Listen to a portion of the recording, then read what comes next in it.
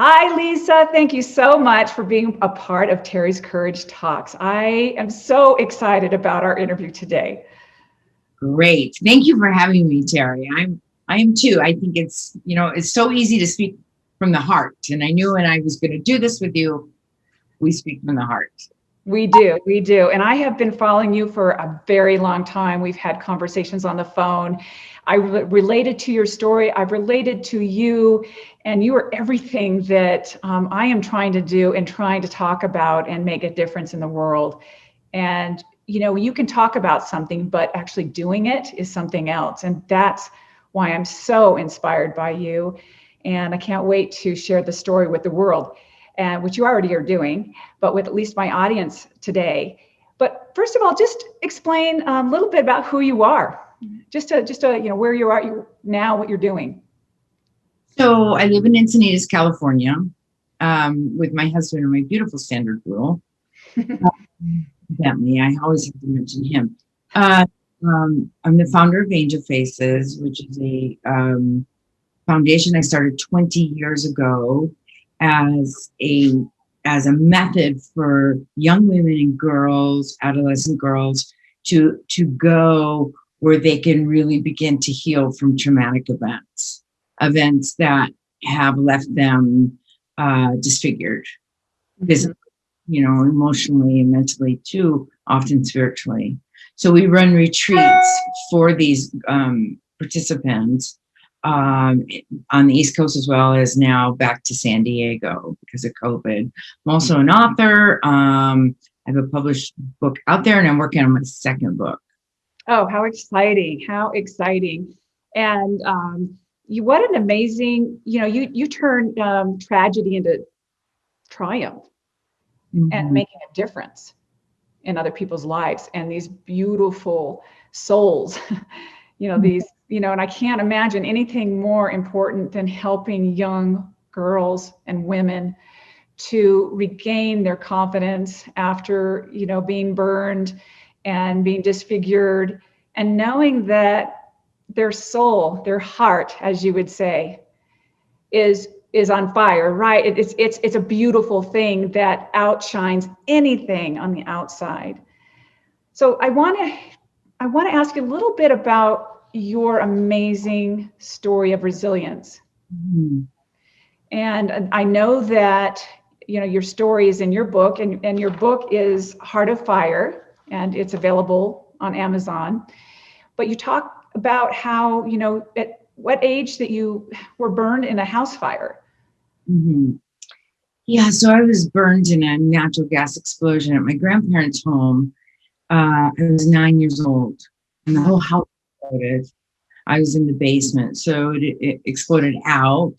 There were 9 of us in the house, and then pretty much imploded back down on me and my cousin, who was in the basement. So I had sustained burns over 50% of my body, primarily face, hands, everywhere you could see, no matter what kind of clothing I had on.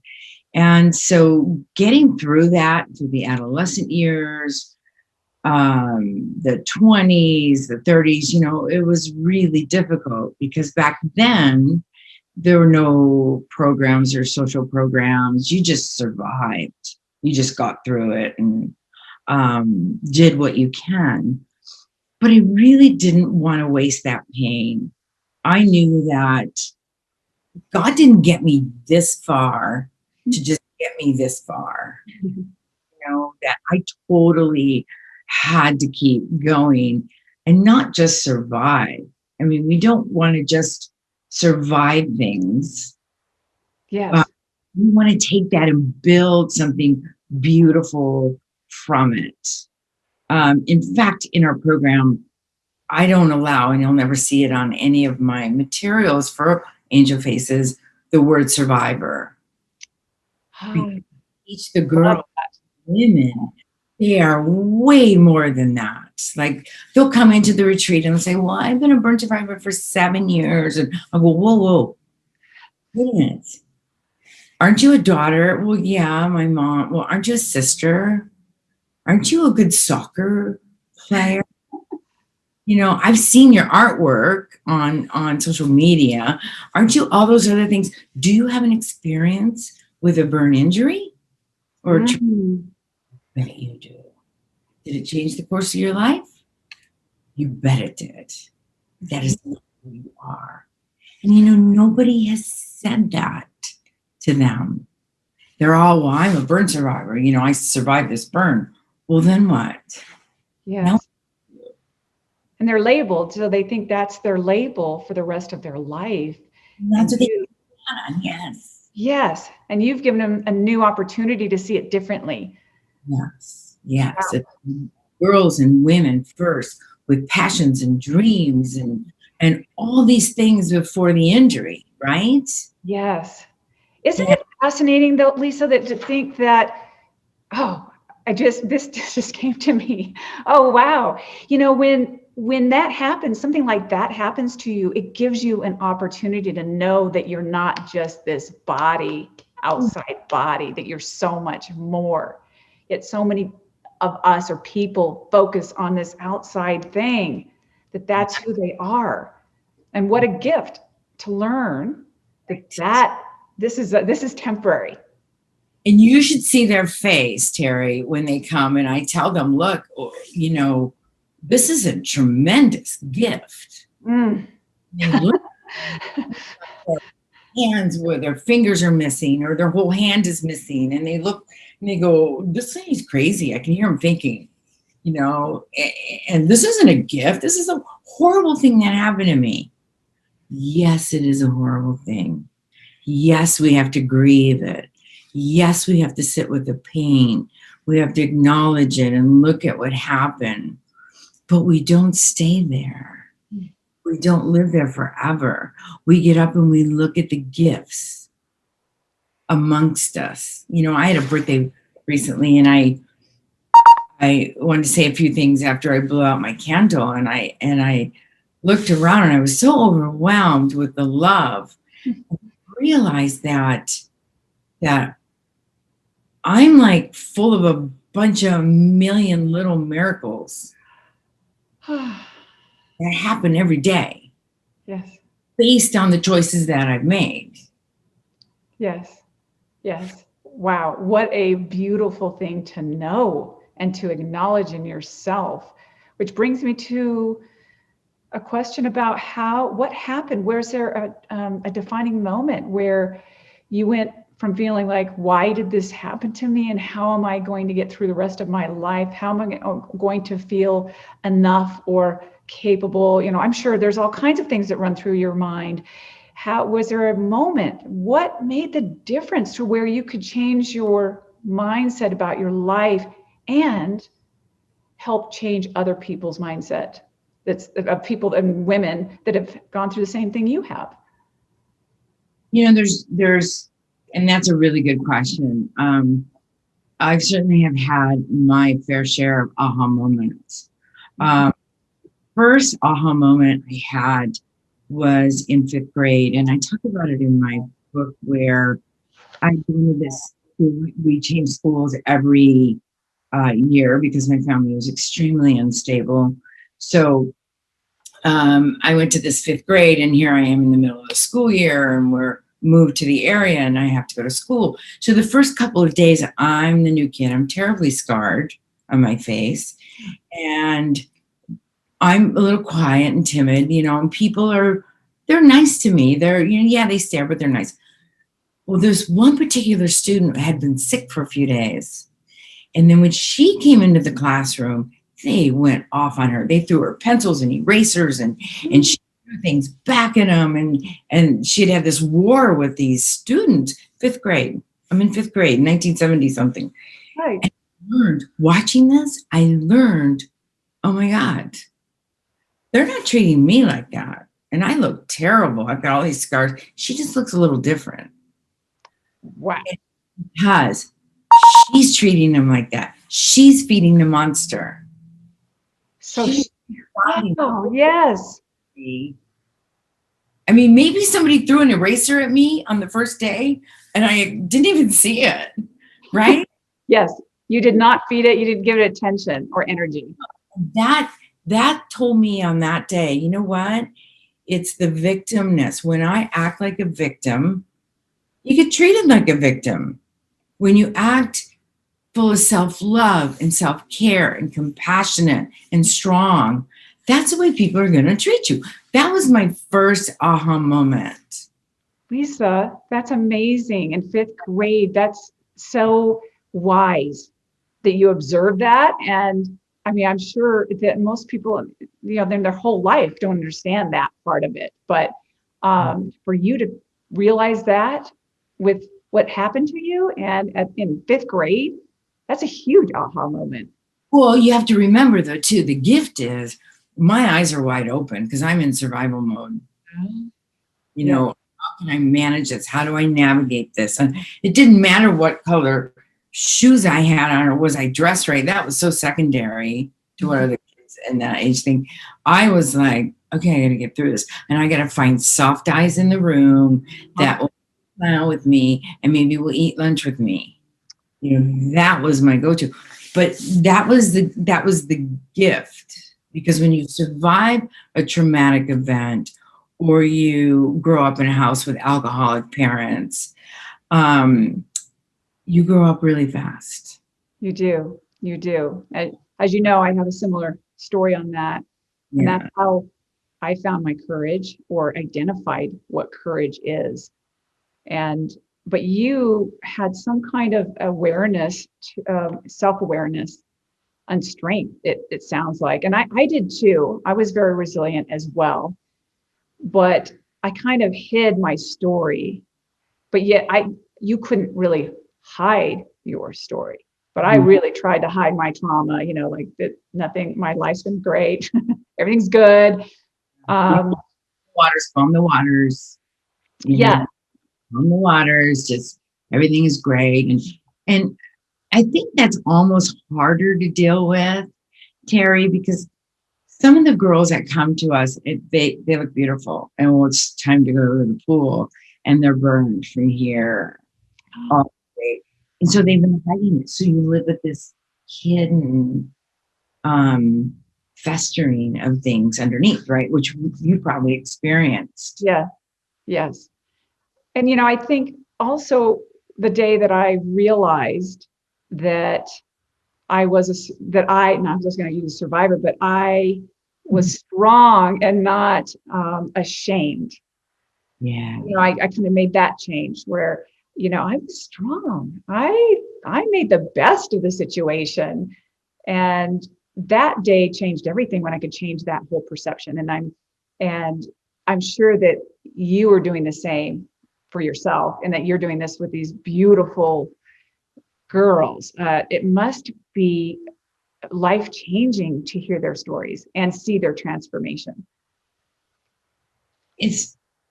I don't even know how to put words to watching that transformation, because I know that when they come to me so wounded and their head down and their shoulders are 2 inches from each other in front, I know inside of them they have what it takes to embrace what happened and step forward and go back to the person they were, a better version, before the injury. I know it's in there, but nobody has helped them pull the covers off. Yeah. I mean, I'm not saying they come and we go, woo, you're strong. Oh no, sometimes it takes a couple of retreats, but it's so beautiful to watch, because I know they're going to be okay. They just don't know it. Oh, it's so beautiful. You're just shining this beautiful light, and you hold this space for them to heal and become who they are again, and let it be seen. And then their little lights are going to go out there into the world, and they're going to start changing all these other people out there, because they get to share their transformation and their story. So it's endless what you have started and what you've created. And I can't think of anything that would be more rewarding in life than what you're doing. And I know you speak, and you're writing another book. And so I'm going to ask you, of course, how people can help support what you're doing and to support you. But before we get there, I really want to ask you about courage and what your experience or what your definition of courage is. So I've been thinking about this because you have courage and you have bravery. Mm-hmm. And courage to me is you have time to think about the fear, right? Mm-hmm. You have time to calculate, I need the courage to do this. Bravery to me is where you just jump in and do it, right? Almost without vision. Mm-hmm. Like you hear the guys that picked the car up off the little girl, or some act of heroism. I'm married to a firefighter, so I know about courage, or I know about bravery, which I love. I just love that whole story. And I know it's in your book, but it's amazing that, you're married a fireman, firefighter. Yeah, so he's all about bravery. He's Mm-hmm. very brave. You just jump in and do it. Yes. Courage is a little more calculating. It takes courage. And I guess my point is, Terry, I want your listeners to know that courage can be every day, all day long, tiny little steps. Yeah. You don't have this big goal in your life to go, I'm just going to go and climb Mount Everest, and that's going to take courage. Sometimes it's just waking up. And I want to have a beautiful day today, and I'm going to do everything I can to make that happen. That's great definition. And I couldn't agree more. There's so many different forms of courage that can be demonstrated. And some people, it's just getting out of bed, just getting up, getting dressed, and, having a good attitude for the day. And others, it's a bigger form of courage. So if they have never seen themselves as courageous, do you have any other advice for people who have gone through a lot in their lives and they're having a hard time seeing themselves as courageous, and any advice for them, and why should they see themselves as courageous? So one of the things I have to do when I have to be courageous about something, I think this is one little tool that helps me. Okay. I look at somebody that I admire, whether they even know it or not, they're a mentor of me. Yes. And I go back to, what would they do? What would they do if they were in this certain situation? How would they act? So I remove myself and all my fears and doubts and insecurities out of the piece, and I go back to, well, I'm just going to do what I think they would do. That's great. Channel that person. So I always put my own little special twist on it because it's coming through me. Yes. But that helps me. I think, how would so-and-so handle that? And that really, really helps me. The other piece of it is, if you're looking for courage, I say to my girls, they'll come to me and say, why me? Why did this happen to me? Mm. Why not you? Oh. Right? Oh, yes, that's so beautiful. Now, what are you going to do about it? What do if you're courageous at one little step about getting up and going to the office, it's maybe not healthy or toxic, or and you want to quit your job, but you can't because of all the other reasons why you can't. And you get up and you go in there with a smile on your face, and you get through the day. Sometimes that's all it takes. If you're not feeling courageous, just look at people and just smile at people. Yes, and you did that. You did that early in life, and it's what you put out is you're going to get back. Yes, I read something the other day. She loved the world, so the world loved her back. Yes, people underestimate that. Yes, and if they're negative and they're going after things negatively in the world, that's what they're going to find. Yes, And that's what they're going to look at and focus on and attract. Right.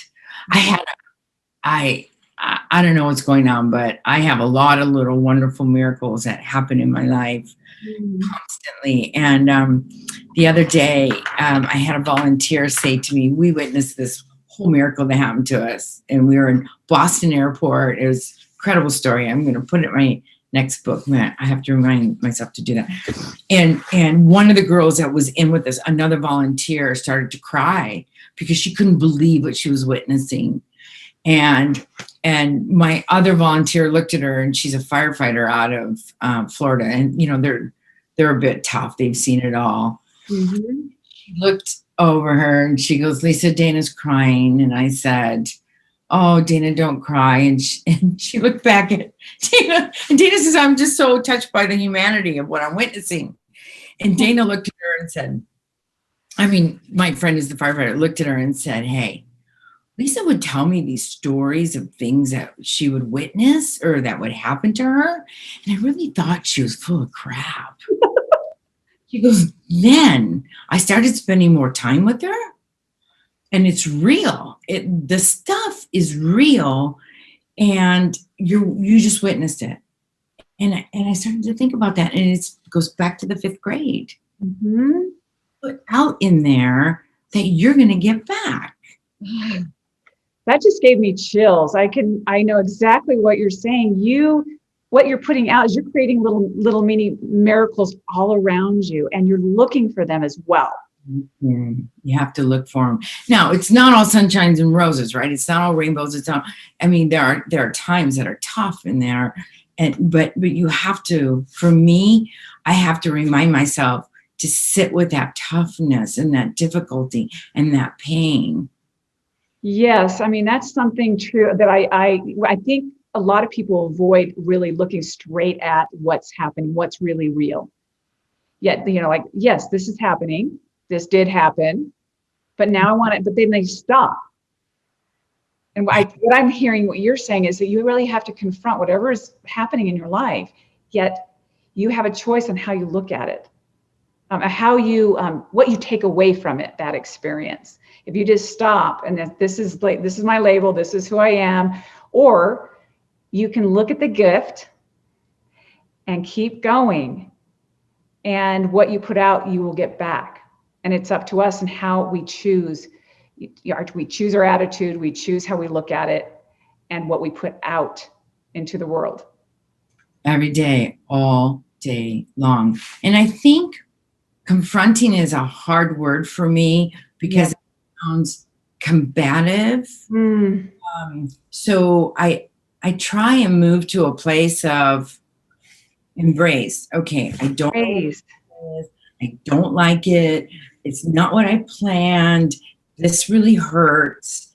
All of that. But somewhere in here, I'm going to be so grateful for this because it's going to teach me A, B, C. I don't see it now, and I may not see it for 10 years or 10 minutes. But I'm really trying to go with what is happening around and go, okay, what am I going to take from this? Wow. But the word embrace is beautiful because it's a lot more loving and kind and inviting, like you said. So everyone out there, if you're facing a challenge right now, just gently embrace it. And then ask yourself, what you're grateful for. Remember not to forget that. And possibly there might be something good that comes out of it and a gift. And I know sometimes that's hard to see in the moment. But Lisa, you are such a great example of resilience, seeing the gift, seeing the miracles, and not hiding your heart. You're still living from your heart and seeing the miracles. So one last tip from all your experience to our audience. If you have anything else to say, even if it's just one thing, one step that they can take, please tell them what to do at this point. I think it's important that we're really mindful of our thoughts and what we say to ourselves. I think if somebody would have told me years ago, just be gentle with yourself. you know, that would have helped me along the way. I'm totally into self-care now, setting boundaries and really nurturing. Like I was just telling somebody the other day, one of my donors, one of the things that's really helped me is every day, once a day, I do something that's really nurturing for me. That's a great advice. What are you going to do today, to your listeners? What is one thing you're going to do today that is really nurturing? You'd be surprised how many people go weeks or days or months without, right? Yes, we forget that. So I can't wait. I want everyone to, I want you, when you listen to our interview, I want you to make sure and let us know what you did to nurture yourself. And we forget to take care of ourselves. And it's again, not a huge act. It can be some small little thing that you can do to nurture yourself. Yes. So tell us, Lisa, thank you for that great advice. So many great, beautiful words of wisdom. And how can people work with Angel Pieces, help you out, follow you, and find your book, and then make sure they follow you for your new book? Great. So Angel Faces, they can donate. Oh, please donate through our website, Venmo, send us a check, show up with cash, anything works. Always looking to partner with corporations and getting their help, not only in products for the retreat, for the facial design component, but also their grants would be fabulous. To reach out, that we are small but mighty nonprofit, 501c3, headquartered here in Encinitas, California. Also, Facebook, Twitter, in Instagram. Every Monday I do Mindful Monday messages, so you can follow us there at Angel Faces, and just make yourself aware that there are miracles about. Thank you, Lisa. There are miracles, and I think you're a miracle. And I really feel blessed to listen to your story and share your story and to be connected to you. Thank you for making a difference in the world. And I am honored with our time together today. So thank you. I'll post all of the different sites that people can get a hold of you, and go out there and do something that nurtures you. All right. Thank you, Terry, for having me on. I really, really appreciate it. I hope to get to Utah sooner than later. Thank you, Lisa. And I grew up in that area where you live. So when I get back down there, we are definitely going to get together. Yes, definitely. Okay. All right. Thanks so much. Appreciate you. Bye-bye. Bye-bye.